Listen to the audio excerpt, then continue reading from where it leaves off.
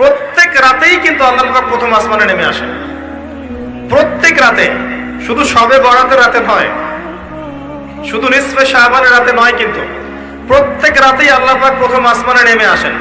তিনি কিভাবে নেমে আসেন এটা ব্যাখ্যা করার দরকার নেই আমাদের। আল্লাহ পাক বলেছেন নেমে আসি, বাস আসি।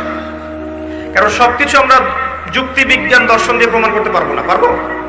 তো সবকিছু সায়েন্স দিয়ে ব্যাখ্যা করা যাবে এমন নয়, কারণ সায়েন্সের সীমাবদ্ধতা আছে, আল্লাহর জ্ঞানের কোনো সীমাবদ্ধতা নাই। তো আল্লাহ নেমে আসেন, ব্যাস নেমে আসেন। নেমে এসে আল্লাহ পাক কি বলেন? আল্লাহ পাক তিনটা কথা বলেন। রাতের শেষ অংশ, রাতকে ভাগ করেন। যদি 6টার সময় রাত শুরু হয়, রাত কিন্তু রাত 12টায় শুরু হয় না, সূর্য ডুবে গেলেই রাত শুরু হয়, এটাই ইসলাম। এখন 6টা থেকে আপনি এই 5টা পর্যন্ত সময়টাকে 3 ভাগে ভাগ করেন।